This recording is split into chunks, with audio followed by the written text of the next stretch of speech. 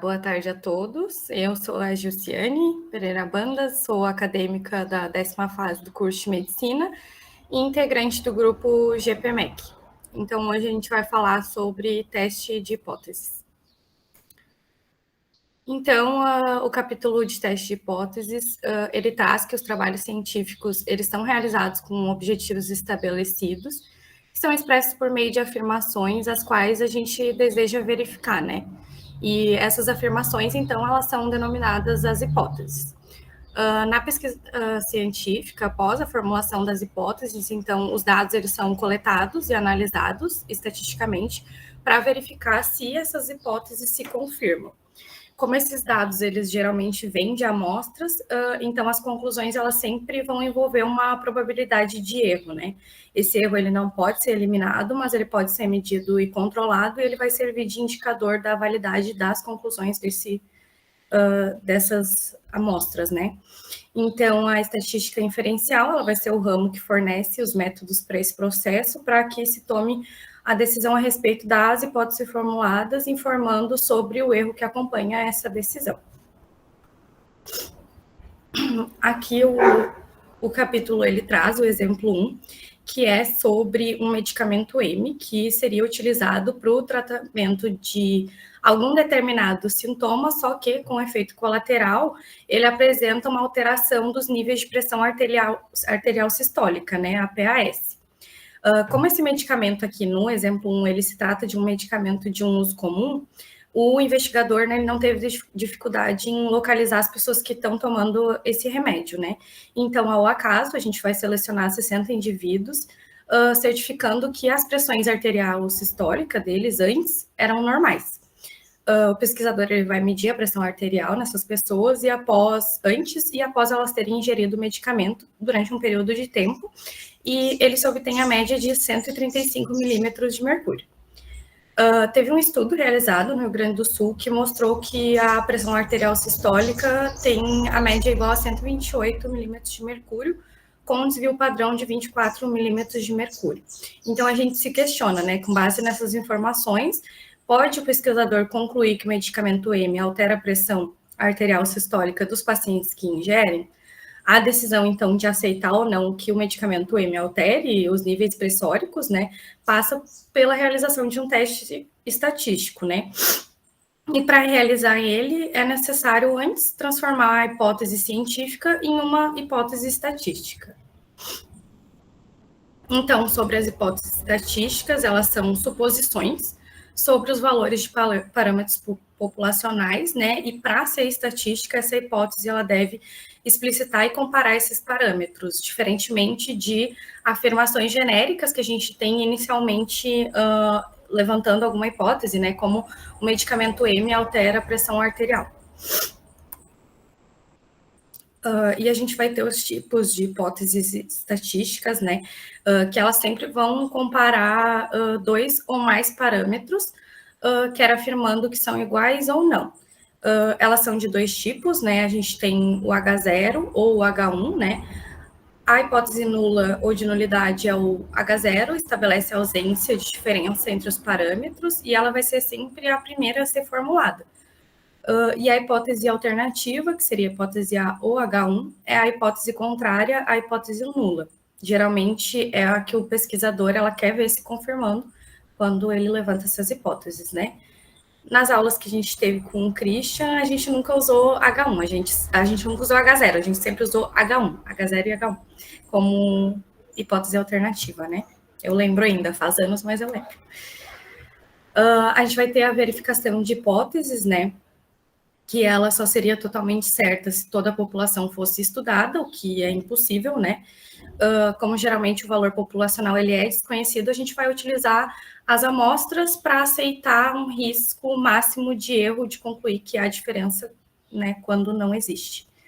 Os testes de hipóteses, então, eles são um método estatístico que vai decidir pela rejeição ou não da hipótese nula, né, o H0, sempre com um risco máximo associado. Então, se H0 é rejeitada, a gente vai aceitar a hipótese de que aceitar a hipótese alternativa, que seria H1, caso contrário, a gente mantém H0, né? E o raciocínio dos testes aqui, agora que eu fui ver que está sem o acento no raciocínio. Mas então, no estudo do efeito da droga M sobre a pressão arterial, a gente vai partir da hipótese nula de que a média populacional é 128 milímetros de mercúrio. Então, H0, 128 milímetros de mercúrio. Com a amostra de 60 indivíduos e a média de 135 milímetros de mercúrio, a gente vai calcular o erro padrão, que aqui seria 2,26, que acaba excedendo o valor crítico de 1,96 para o nível de significância de 5%. Isso indica uma diferença estatisticamente significativa, a que vai acabar levando à rejeição da hipótese nula, né, de H0. Então, concluiu aqui que o medicamento M aumenta a pressão arterial sistólica dos indivíduos analisados nessa amostra, né? Mas toda a decisão envolve o risco de erro, que aqui foi limitado 5%, que é o 0,05. Então, aqui a gente tem as etapas do teste de hipótese para uma média, quando a gente se conhece ômega.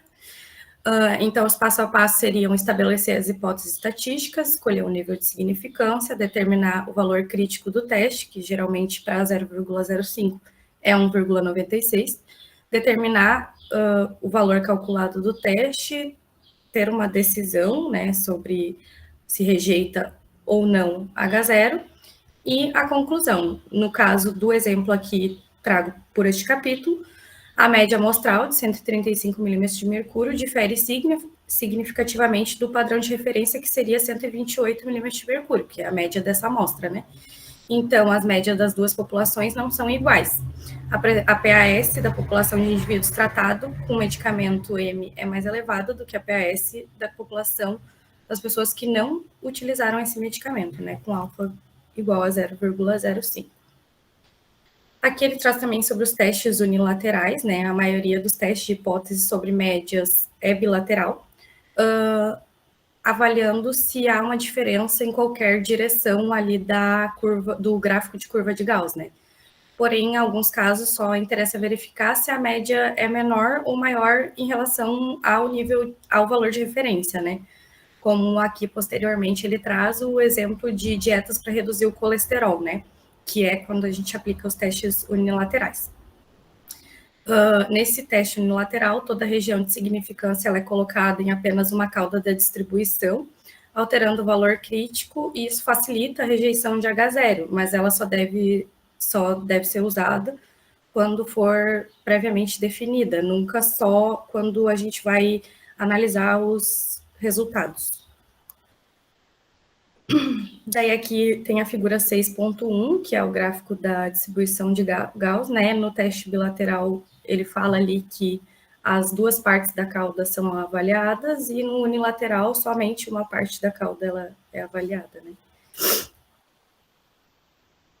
Aí aqui sobre o exemplo 2, então, que foi falado anteriormente, sobre o teste unilateral referente aos níveis de colesterol. Então, aqui nesse exemplo 2, ele está sendo proposta uma dieta para reduzir colesterol. E na população, o nível médio ali foi 252 miligramas por mililitro, com desvio padrão de 70, e foi selecionada uma amostra de 20 pessoas para que se submeta a essa dieta. Ao final de um tempo, o nível de colesterol novamente é medido nessas pessoas e a média resultou em 233. Então, aqui a gente se questiona, pode-se afirmar que a dieta ela realmente produziu uma redução no colesterol sanguíneo, considerando alfa igual a 0,05, ou a diferença ela deve ser atribuída ao acaso.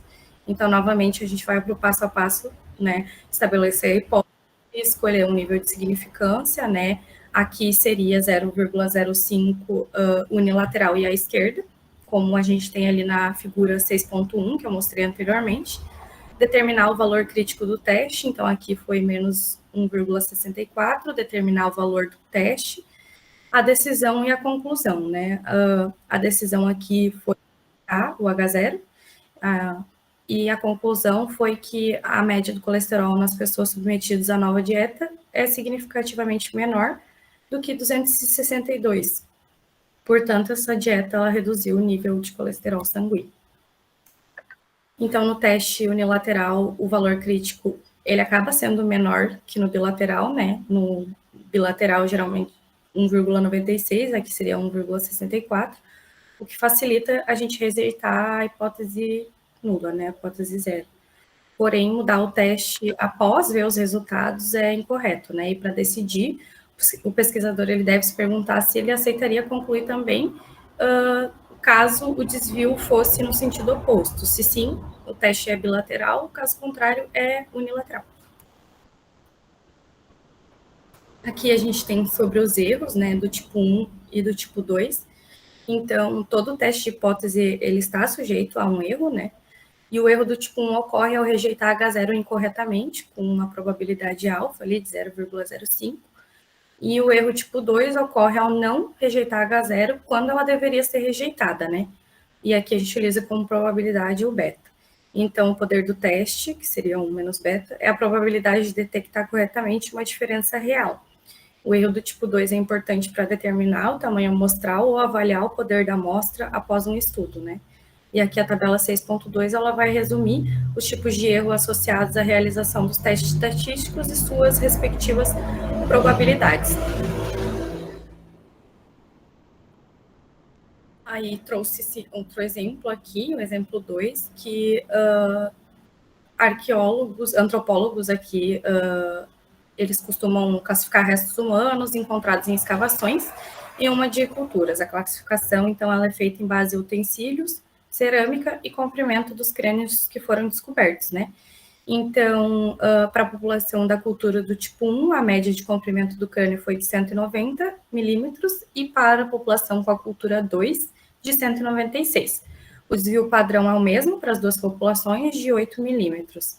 Em uma escavação que foi realizada ali em um sítio arqueológico não estudado até então, foram encontrados 12 crânios com um comprimento de 194 milímetros.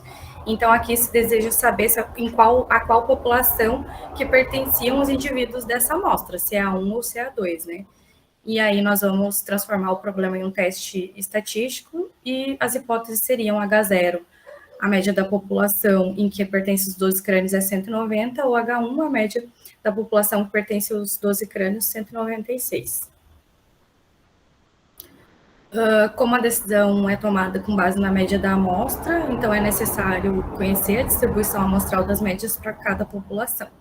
As duas elas são distribuições normais, centradas em 190 e 196, que são ambas tendo o mesmo erro padrão, dado por essa fórmula aqui, essa primeira fórmula.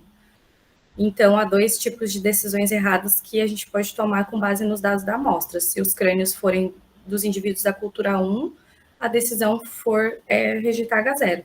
E se for a cultura 2,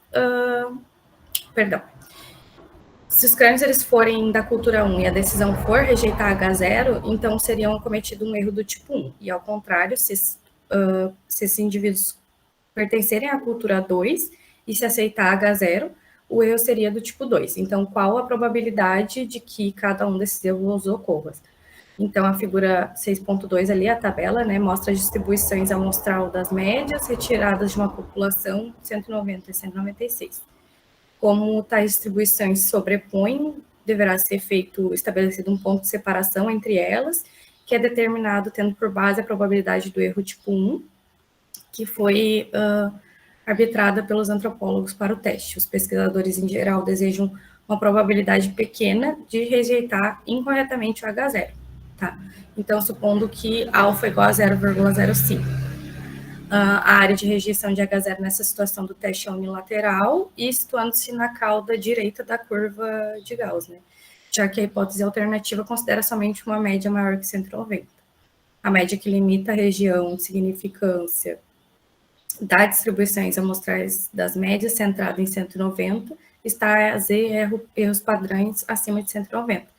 Como o teste é unilateral, então seria 1,64. Então, se tem outra fórmula ali, que em outras palavras, em amostras com N igual a 12, médias maiores que 193,8, indicam que os indivíduos devem ser classificados como da cultura 2, enquanto médias menores que esse valor classificam os indivíduos dos crânios pertencentes à população de cultura 1.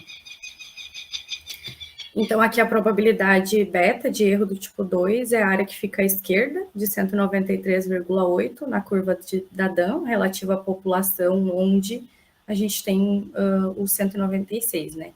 E para obter essa área, a gente vai utilizar uma outra fórmula que obtém um resultado de menos 0,95. Então, isso significa que na população 2, a média de 193,8 está a 0,95 unidades de erro padrão abaixo da média. Então, ali tem uma área calculada de 0,17 à esquerda do valor crítico, representa a probabilidade de erro do tipo 2, que seria o beta. Ou seja, classificar incorretamente os crânios da cultura 2 como da cultura 1. Com média amostral de 194, os crânios são classificados como da cultura 2, com alfa igual a 0,5 e beta igual a 0,17. E poder de teste 1 menos beta de 0,83. Então, aqui foi possível determinar beta no exemplo, porque a média da população 2 é conhecido. Um exemplo aqui didático que acaba se repetindo um pouco na vida real. Como, em geral, a gente não sabe o valor da população alternativa, a probabilidade de erro do tipo 2 não pode ser estipulada no teste estatístico. No entanto, já que o erro de deixar de declarar uma diferença, se não exista, tem maior probabilidade de ocorrer quando a amostra é pequena, a solução é usar o maior tamanho de amostra possível, né? Aqui na figura 6.2, a gente tem a distribuição amostral ali de H0 e H1, com toda a região crítica escolhida ali, estabelecendo beta 0,17, alfa 0,05, 190 a 196, com média de 193,8. E este é o exemplo 2 dos tipos de erro. E finalizamos o capítulo 6 do livro, que é sobre testes de hipóteses. Obrigada.